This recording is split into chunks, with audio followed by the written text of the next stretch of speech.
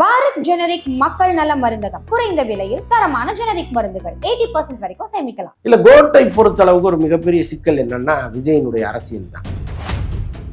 அது விஜய் ரசிகர்களுக்கு ஒரு சின்ன அதிருப்தியை கொடுத்ததுங்கிறது உண்மை. அதே நேரம் விஜய் படம் வந்தா அஜித் ரசிகர்கள் அதை ட்ரோல் பண்ணுவாங்கிறது உண்மை. இப்போ ஒவ்வொரு அரசியல் கட்சியும் ஒரு ஐடி விங்கு வச்சிருக்காங்க. 600 பேர் 700 பேர் அந்த ஐடி விங்குக்குள்ள அவங்க கொண்டு வந்து வச்சு ஒர்க் பண்றாங்க. இன்னொன்று உதயநிதியை பொறுத்தளவுக்கு ஏன்னா இப்போ ரெட் ஜெயின்ட் அவங்க கண்ட்ரோல்ல இருக்கு ஆளுங்கட்சி. நாளைக்கு விஜய் அரசியல் கட்சி ஆரம்பிக்க போறாரு, என்ன ஆகுமோங்கிற ஒரு அச்சம் எல்லாருக்குமே இருக்கு. விஜய் தொடர்பான எது வந்தாலும் அதை அடிங்கிடாம இப்ப அது தேர்ட் சிங்கிள்ல நடந்துச்சோன்னு நான் நினைக்கிறேன். புரியுது, நிச்சயமா ட்ரெய்லர்லயும் நடக்கும். அதை தாண்டி நீங்க அந்த ட்ரெய்லரை கொடுத்துட்டீங்கன்னா ஒண்ணுமே பண்ணுங்க.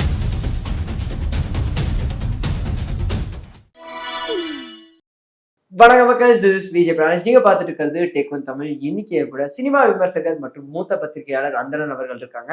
அவர் கூட நிறைய விஷயங்கள் சினிமா பத்தி பேச போறோம். வாங்க பேசலாம். வணக்கம் சார். வணக்கம். அடுத்து கோட் ட்ரெய்லர். அந்த கோட் ட்ரெய்லர் எல்லாருடைய எதிர்பார்ப்பையும் இப்போ கண் வச்சு பார்த்துட்டு இருக்காங்க. ஒரு பக்கம் இதை விபி எப்படி பண்ணியிருப்பாரு, விஜய் அவர்களுடைய கடைசி படம் குந்திர படம், அந்த மாதிரி ஒரு எதிர்பார்ப்புனாலும் இன்னொரு பக்கம் மாட்டுனா வச்சு அடிச்சு துவைச்சிடலாம் அப்படின்னு. ஸோ இந்த ஒரு எதிர்பார்ப்பை எப்படி பாக்குறீங்க? உங்களுக்கு அந்த ட்ரெய்லர் தான் எந்த மாதிரி எதிர்பார்ப்பு? இல்ல, இன்னொரு முறை அப்படி ஒரு தவறு நடந்துடக்கூடாதுன்னு ஏஜிஎஸ்ஏ ரொம்ப ஒரு இடத்துக்கு வந்துட்டாங்க. அவங்க என்ன பண்ணிருக்காங்க, வெங்கட் பிரபு போட்டு சார் இந்த ட்ரெய்லரை யாருமே ட்ரோல் பண்ணக்கூடாது, இதுக்கு முன்னாடி ஒரு 3 நம்ம அவங்களுக்கு ஒரு சந்தர்ப்பத்தை கொடுத்துட்டோம், இதுல அப்படி இருக்கவே கூடாது, நீங்க என்ன பண்ணுவீங்கன்னு தெரியாது, நீங்க நைட் அண்டே கஷ்டப்படுங்க ஒழுங்க புரளுங்க நமக்கு தெரியாது, பர்ஃபெக்டா வரணும் அப்படின்ட்டாங்க. ஸோ அதனால பிரேம்ஜி இவனும் உட்காந்து பேக்ரவுண்ட் மியூசிக் போட்டுட்டு இருக்காங்க. ஓகே, அது எக்ஸ்ட்ரானரியா பண்ணணுங்கிற முடிவோட பண்ணிட்டு இருக்காங்க. இப்போ நாளைக்கு நிகழ்ச்சியை வச்சிருக்காங்க. அந்த ட்ரெய்லர் பத்திரிகையாளர்கள் முன்னிலையில தான் வெளியிடுறாங்க. Okay sir. அதுக்காக ஒரு நிகழ்ச்சியும் வச்சிருக்காங்க, ப்ரெஸ் மீட்டும் நடக்குது. ஸோ அதனால அவ்வளவு தைரியத்தோட அவங்க அந்த ட்ரெய்லரை ரிலீஸ் பண்ணாங்கன்னா நிச்சயமா நல்லா இருக்கும்னு நம்ம நம்பலாம். Okay sir. அண்ட் சார், இந்த ஒரு ட்ரெய்லர் லான்ச்சுக்கு இல்லை ஆடியோ லான்ச் நடக்கலைங்கிறது வேற ஆயிடுச்சு. அப்போ விஜய் அவர்கள் இந்த ப்ரொமோஷன்ஸ் இதுலையும் கலந்துக்க மாட்டாங்க? ஆமா, வேற வழி இல்லையே. என்னப்பா இப்போ ரஜினி மாதிரியோ கமல் மாதிரியோ அவர் ப்ரொமோஷனுக்குன்னு தனியா கிளம்பி வர்றவர் இல்லை. ஆடியோ லான்ச் தான் அவருடைய ப்ரொமோஷன் மெட்டீரியல். அதை தாண்டி தனிப்பட்ட இன்டர்வியூ கூட அவர் கொடுக்கறது இல்லை. ஸோ அப்படி இருக்கும் பொழுது இந்த படத்துக்கு வேற என்ன ப்ரொமோஷன் இருக்குன்னு நமக்கு தெரியல. இப்போ நிச்சயமா நாளைக்கு விஜய் வரமாட்டார். வெங்கட் பிரபு படத்தின் தயாரிப்பாளர், அப்புறம் மற்ற படத்தில் நடித்தவர்கள் மட்டுமே வரத்துக்கு வாய்ப்பு இருக்கு. இப்போ பிரசாந்த், மோகன், ஏன்னா நிறைய பேர் இருக்காங்க, பிரபுதேவா, இவங்கெல்லாம் கூட வருவதற்கு வாய்ப்புகள் இருக்கு. அதுவே ஒரு ப்ரொமோஷனா அவங்க நினைச்சு பண்றாங்கன்னு நினைக்கிறேன். ஏன்னா இதுக்கப்புறம் வேற வாய்ப்பு இல்லை, ஆடியோ லான்ச் இல்லைங்கும் போது இதுதானே ஒரு சரியான சந்தர்ப்பம். சரி, இதையே நம்ம ஒரு கிராண்டியரா ஒரு ஃபங்க்ஷனா நடத்தி பண்றாங்க. Okay sir. ஆனா விஜய் அவர்களுக்குன்னு ஒரு பேன் இண்டியா மார்க்கெட் தான் எப்பவுமே பேசப்படுது. அவருடைய படத்துடைய பட்ஜெட்டுமே அந்த லெவல் இருக்கும்போது எப்பவுமே இந்த பேன் இண்டியா ப்ரொமோஷனை அவர் தவிர்க்கிறதுக்கான காரணம் என்ன சார்? லியோக்கு அவ்வளோ பெரிய ஒரு எதிர்பார்ப்பு இருந்தது, அப்பயும் அந்த பேன் இண்டியா ப்ரொமோஷன் அவர் தவிர்த்துட்டாரு. ஆடியோ லான்ச்சும் அதுக்கும் நடக்கல. ஸோ இந்த பேன் இண்டியா ப்ரொமோஷன் தவிர்க்கப்படுறது எப்படி சார்? இல்லை, பொதுவாக அவர் ஒரு சின்ன சங்கோஜம் அவருக்குள்ள இருக்கும். அவர் ஃப்ரீக்வெண்டா பேசுறவர் கிடையாது, கொஸ்டின் அண்ட் ஆன்சரை எதிர்கொள்றவர் கிடையாது. அவரை பொறுத்த அளவுக்கு நம்ம வரணும், நம்ம வச்சிருக்கிற தயாரிப்பு முன் தயாரிப்பை ஒப்பிச்சுட்டு போயிடணும். அதை ரொம்ப பேசுற மாதிரி ரொம்ப இயல்பா அழகா அதை ப்ரெசென்ட் பண்ணிடுவாரு. அவ்வளவுதான் அவருடைய ரோலா இருக்கணும்னு அவர் நினைப்பாரு. இப்போ ப்ரொமோஷன் நீங்க போனீங்கன்னா நிறைய கேள்விகளை அவர் எதிர்கொள்ள வேண்டியிருக்கும். அது எதுக்கு அவசியம் இல்லாத ஒண்ணு. அவங்க ஒண்ணு கேட்டு இவர் ஒண்ணு சொல்லி அது நாளைக்கு பெரிய ட்ராலா மாறி அது வேண்டாம்னு நினைக்கிறாரு. Okay sir. அண்ட் கோட்ல மெயினா எல்லாரும் எதிர்பார்க்கறது யுவன் அவர்களை தான். ஏன்னா அவர் ஒவ்வொரு படங்களுக்கும் ட்ரெய்லர் பிஜிஎம்மே அவர் மாசிவா கொடுப்பாரு. ஏன் கடைசியா அந்த ஸ்டார்ல கூட அந்த ட்ரெய்லர் பிஜிஎம்மும் ட்ரெய்லர் தான் அந்த படத்தை ரீச்சே பண்ணுச்சு. எல்லாருக்கும் யுவன் மேல ஒரு கண்ணு இருக்கு, யுவன் சொதப்பிடுவாருங்கிற பயமும் இருக்கு. இது எப்படி சார் பாக்குறீங்க? இல்ல, எப்பவுமே ஒரு பெரிய படம் கிடைக்கும் போது ரொம்ப கவனமா பண்ணணும்னு சொதப்பிடுவாங்க. இந்த படத்தை பொறுத்தளவுக்கு ஒருவேளை அப்படி எதுவும் யுவன் பண்ணிட்டாரான்னு ஒரு பக்கம் இருக்கு. இன்னொரு பக்கம் என்னன்னா, பாடல்களை பொறுத்தளவுக்கு டியூன் விஜய் செலக்ட் பண்ணது நம்ம ஏற்கனவே நம்ம சேனல் அதை பத்தி பேசியிருக்கோம். ஸோ அதனால அந்த பாடலுக்கான இந்த திட்டுகள் முழுக்க 2 பேரும் ஷேர் பண்ணி தான் வாங்கிக்கணும், வேற வழியே கிடையாது. பட் இந்த படத்தின் பேக்ரவுண்ட் மியூசிக் நிச்சயமா நல்லா இருக்கும். ஏன்னா அவ்வளவு தூரம் இவங்க காயப்பட்டிருக்காங்க. இந்த ரசிகர்களால் ரொம்ப யுவன் காயப்பட்டார், ரொம்ப ஃபீல் பண்ணி பேசியிருக்காரு.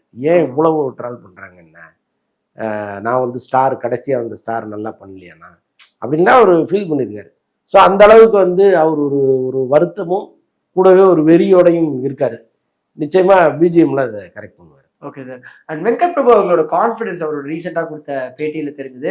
He so confident about the film. அதை வந்து படங்கள் ஆடியன்ஸாக இருக்கட்டும் எவ்வளோ ரசிப்பாங்கிறத அவர் ரொம்ப எதிர்பார்க்குறாரு. அவர் எவ்வளோ கான்ஃபிடென்ட்டாக பார்க்க எப்படி சார் இருக்கு? அந்த ட்ரெய்லர் அந்த கான்ஃபிடன்ஸ் தெரியுமா? நாளைக்கு பார்த்துட்டு தானே போகிறோம். இன்னும் கொஞ்ச நேரம் தானே இருக்கு. பார்த்துட்டோம்னா நமக்கு ஒரு முடிவுக்கு வந்துடலாம். இன்னொன்று படமா பார்த்துட்டாங்க. விஜயும் பார்த்துட்டாரு, ஏஜிஎஸும் பார்த்துட்டாங்க. அவங்களுக்கு வந்து ஃபுல் ஹோப் இருக்கு.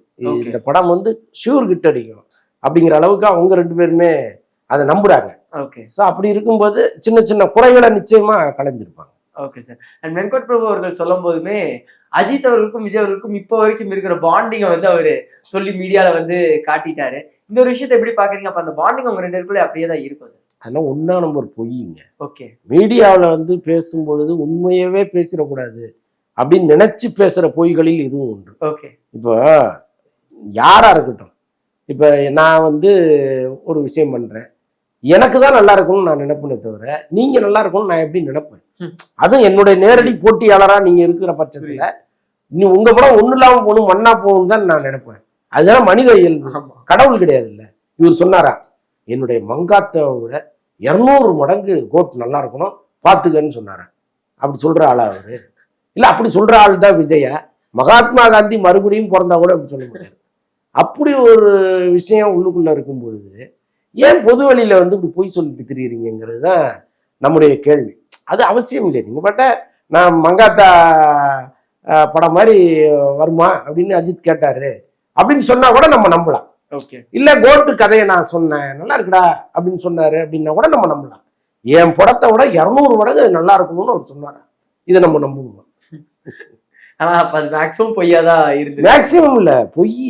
ஸோ இந்த ட்ரெய்லர் வந்து பார்க்கும்போது ஆடியன்ஸ் டோட்டலாகவே வந்து ஒரு எக்ஸ்பெக்டேஷன் ஹைல தான் இருக்காங்க. நேற்று அந்த போஸ்டர் எல்லாம் எனக்கு தெரிஞ்ச வரைக்கும் அந்த ட்ரோல்ஸ்க்கு அப்புறம் போஸ்டரோட லுக்கா இருக்கட்டும், அவங்க ரிலீஸ் பண்ற போஸ்டரா இருக்கட்டும், அதுவும் கொஞ்சம் கொஞ்சமா மெருகேறிட்டே வருது. அப்ப அந்த ட்ரோல்ஸ் எல்லாம் அவங்க கவனிக்க ஆரம்பிச்சிட்டாங்க. அப்ப ஆடியன்ஸ்க்கு ஏற்ற மாதிரி மாத்த ஆரம்பிச்சிட்டாங்கன்னு எடுத்துக்கலாமா? நிச்சயமா கவனிக்காம எப்படி இருப்பாங்க? இவ்வளவு பட்ஜெட்ல ஒரு படத்தை எடுக்கிறாங்க, ஆடியன்ஸுடைய பல்ஸ் என்னன்னு அவங்க பார்ப்பாங்கல்ல. இப்ப அவங்களுக்கு பிடிச்சதை கொடுக்கறதுக்கு தானங்க அவ்வளவு செலவு பண்றாங்க. அப்போ அவங்க என்ன வேணாலும் சொல்லிட்டு போட்டோம், நாங்க ஒண்ணு பண்ணுவோம்னு யாருமே நினைக்க மாட்டாங்கல்ல. அப்ப இது மாறி இருக்காங்கன்னா நிஜமாவே அந்த மாற்றத்தை நம்ம வந்து வரவேற்கணும். கண்டிப்பா சார். தொடர்ந்து பெரிய படங்கள் வர படங்கள் இல்ல எதிர்பார்ப்போட வர படங்கள் வந்து டோட்டலா சாட்டிஸ்ஃபை பண்றதுங்கிறது கொஞ்ச நாளாவே கம்மியா இருக்கு. கடைசியா இந்தியன் 2 பார்த்தோம். இப்ப தங்களான் வந்த போய் மிக்சட் ரிவ்யூஸ் வந்தது. கோட் இந்த மாதிரியான விஷயத்த சந்திக்கலாம்னு நீங்க நினைக்கிறீங்க? இல்ல கோட்டை பொறுத்த அளவுக்கு ஒரு மிகப்பெரிய சிக்கல் என்னன்னா விஜயினுடைய அரசியல் தான். ஓகே. ஏன்னா இப்ப சமீபத்துல வந்த அந்த 3rd சிங்கிள் இருக்கு இல்லையா, அது வந்து விஜய் ரசிகர்களுக்கு ஒரு சின்ன அதிருப்தியை கொடுத்ததுங்கிறது உண்மை. அதே நேரம் விஜய் படம் வந்தா அஜித் ரசிகர்கள் அதை ட்ரோல் பண்ணுவாங்கிறது உண்மை. இந்த அளவோடு ஒரு சண்டை இருந்ததுன்னா அது இவ்வளவு பெரிய ட்ரோல் மெட்டீரியலா மாறுவதற்கு வாய்ப்பே கிடையாது. அப்போ இதற்குள்ள அரசியல் உள்ள வருது. புரியுது. இப்போ ஒவ்வொரு அரசியல் கட்சியும் ஒரு ஐடி விங்கு வச்சிருக்காங்க. 600 பேர் 700 பேர் அந்த ஐடி விங்குக்குள்ள அவங்க கொண்டு வந்து வச்சு ஒர்க் பண்றாங்க. புரியுது. அப்போ விஜய் நாளைக்கு அரசியலுக்கு வராரு, நம்மளை டிஸ்டர்ப் பண்ண போறாருன்னு தெரிஞ்சா என்ன பண்ணுவாங்க? எப்படியாவது போட்டு விஜய் தொடர்பான எது வந்தாலும் அதை அடிங்கிடாமாங்க. இப்ப அது வந்து 3rd சிங்கிள்ல நடந்துச்சோன்னு நான் நினைக்கிறேன். புரியுது. நிச்சயமா ட்ரைலர்லயும் நடக்கும். அதை தாண்டி நீங்க அந்த ட்ரைலரை கொடுத்துட்டீங்கன்னா ஒண்ணுமே பண்ண முடியாது. ஒருவேளை எங்கேயாவது ஒரு மைனஸ் ஒரு படி இறங்கிட்டாங்கன்னா அதையே ஒரு பாயிண்டா வச்சு அடிப்பாங்க. அதுவும் நடக்கும். கோட் படத்துடைய ஒரு சாதனையை கேள்விப்பட்டேன் சார். அது எந்த அளவு உண்மைன்னு உங்ககிட்ட கேட்டு தெரிஞ்சுக்கணும்னு நினைக்கிறோம். அதோட ரிலீஸ் அப்போ தமிழ்நாடு தேட்டர்ல எல்லா தேட்டர்லயுமே வந்து கோட் தான் ரிலீஸ் ஆக போகுது. எல்லா தேட்டர்லயுமே நம்ம கோட் பார்க்கலாம். இது வந்து முதல் தடவையா தமிழ் சினிமா நடக்க போகுதுன்னு சொல்றாங்க. அது உண்மையா? உண்மைதான். அது நம்ம தான் வலைப்பேச்சில் சொல்லியிருந்தோம். இப்போ அதற்கான ஏற்பாடுகள் தான் நடந்திருக்கு. இன்னொன்று வந்து உதயநிதியை பொறுத்தளவுக்கு ஏன்னா இப்போ ரெட் ஜெயின்ட் அவங்க கண்ட்ரோல்ல இருக்கு, ஆளுங்கட்சி. நாளைக்கு விஜய் அரசியல் கட்சி ஆரம்பிக்க போறாரு. என்ன ஆகுமோங்கிற ஒரு அச்சம் வந்து எல்லாருக்குமே இருக்கு. தியேட்டருக்காரங்களுக்கு இருக்கு, விநியோகஸ்தர்களுக்கு இருக்கு. நாளைக்கு எங்கேயாவது டிஸ்டர்ப் பண்ணிட்டாங்கன்னா என்ன ஆகும் அப்படின்ட்டு. அதனால அவர் தரப்புல இருந்து இந்த படத்தை யாருமே டிஸ்டர்ப் பண்ணாதீங்க, ஃப்ரீக்வெண்டா போட்டுங்கிற மாதிரி சொல்லியிருக்காரு போடுறது. ஓகே. ஸோ அதை தொடர்ந்து தான் எல்லா தியேட்டர்கள்லையும் இந்த படங்கிற ஒரு முடிவு எடுத்திருக்காங்க. Okay sir. அண்ட் பிசினஸா கோட் வந்து லியோவோட பெட்டரா பண்ணியிருக்கா, அதை பத்தி தெரிஞ்சுக்கலாம்? இல்ல, லியோவோட கம்மியா தான் பண்ணியிருக்கு. அது காரணம் என்னன்னா அந்த புறச்சூழல்கள் தான். முக்கியமா இந்த ஓடிடி சேட்டலைட்டு இந்த டிஜிட்டல் மார்க்கெட் வந்து இறங்குனது அவங்களுக்கு ஒரு மிகப்பெரிய மைனஸா மாறி இருக்கு. ஸோ அதை அவங்க ஃபேஸ் பண்ணி தான் ஆகணும். இந்த வாரம் 3 திரைப்படங்கள் ரிலீஸ் ஆச்சு. டிமாண்டி காலனி 2, தங்கலான் மற்றும் வந்து ரகுதாத்தா ரிலீஸ் ஆச்சு. ஸோ இதோட ரிப்போர்ட்ஸ் எல்லாம் எப்படி சார் இருக்கு? உங்களுக்கு எந்த படம் பிடிச்சிருந்தது? கலவையான விமர்சனம் தான். இதுல வந்து டிமாண்டி காலனி பரவாயில்ல. Okay sir. அது வந்து கொஞ்சம் இந்த பேய் கதையிலே கொஞ்சம் வித்தியாசமான காட்சி அமைப்புகளோட வந்திருக்கிற படமா இருந்துச்சு. Okay sir. தங்கலான் வந்து ரொம்ப எதிர்பார்த்த படம். ஆமா சார். ஆக்சுவலா வந்து பாரஞ்சித் படம் அப்படின்னா அவருக்கான அரசியல் அதுக்குள்ள இருக்கும். அதை தள்ளி வச்சுட்டு அந்த விக்ரமுடைய தோற்றம், அந்த ட்ரெய்லரு, இது எல்லாமே கனெக்ட் பண்ணி நான் ரொம்ப எதிர்பார்த்த ஒரு படம். ஓகே. விக்ரம் ஏமாத்தல. விக்ரம் வந்து ரொம்ப சிறப்பா அந்த படத்தில் நடிச்சிட்டாரு. ரொம்ப விக்ரம் வந்து நல்லா நடிக்கிறாருங்கிறத நம்ம சொல்ல வேண்டிய அவசியம் இல்லை. ஆனால் அந்த ஒரே கெட்டப் கிட்டத்தட்ட ஒரு தாத்தா கேரக்டர் ஒன்று வருது. அதுவும் இன்னொரு விக்ரமும் கிட்டத்தட்ட ஒரே மாதிரி இருப்பாங்க. ஆனா அவங்களுக்குள்ள ஒரு வேரியேஷனை காமிச்சிருக்கிறாரு அவரு. அப்புறம் வேற ஒரு விக்ரம் ஒன்று அப்படி ஜஸ்ட் வந்துட்டு போறாரு. அவருக்கு தீனி போடுற ஒரு படமா அது இருந்திருக்கு. ஸோ இன்னொன்று நிறைய செலவு பண்ணியிருக்காங்க. எல்லாத்தையும் தாண்டி இந்த படம் வந்து எடுத்ததற்கான ஒரு மன நிறைவை மக்களுக்கு கொடுத்துருக்கா அப்படின்னா இல்லை. ஓகே. அது என்ன காரணம் அப்படின்னா அந்த கதையை அப்படி நேர்கோட்டில் அவர் சொல்லியிருந்தாருன்னா சிறப்பான ஒரு படமா வந்திருக்கும். இப்போ பல ஹாலிவுட் படங்களை நம்ம பார்க்குறோம். இப்படி இருந்தா நம்ம ஊர்ல இப்படிலாம் படம் எடுத்தா எப்படி இருக்கும் அப்படின்லாம் நினைக்கிறோம் இல்லையா? அதையெல்லாம் வந்து ஒரு முயற்சி பண்ணியிருக்காரு பாரஞ்சித். வந்து அப்படி ஒரு படத்தை தான் எடுத்திருக்காரு. அதுலலாம் ஒன்றும் சந்தேகம் இல்லை. ஆனால் அவர் எங்கெல்லாம் அதை கரெக்ட் பண்ணுமோ, ஏன்னா ஒரு படம் முடிஞ்சது போட்டு பார்த்த பிறகாவது அல்லது இன்னும் அவருக்கு வேண்டப்பட்ட ஒரு 100 பேரை கொண்டு வந்து காமிச்சு ஒரு முடிவுக்கு அவர் வந்திருக்கலாம்.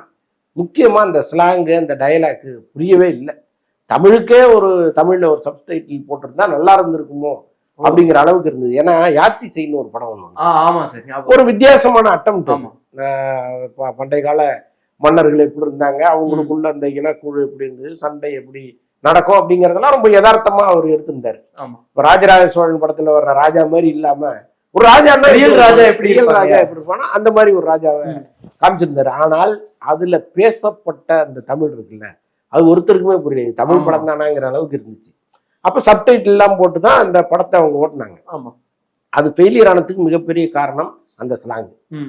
இப்ப இந்த படமும் ஃபெயிலியர் ஆனதுக்கு ஒரு மிகப்பெரிய காரணம் வந்து ஸ்லாங் தான். ஓகே. ஆமா, அது புரியல. ஆனா சார் அந்த சமயம் பார்க்கும்போது படம் மிக்சட் ரிவ்யூஸ் வந்தாலும் ஒரு பக்கம் வந்து ரஞ்சித் சார் மேல ஒரு வன்மமே கக்கப்படுது. இந்த மாதிரிதான் அப்படிதாங்கிற மாதிரி ரொம்பவே டைரக்டா அட்டாக் எல்லாம் வருது.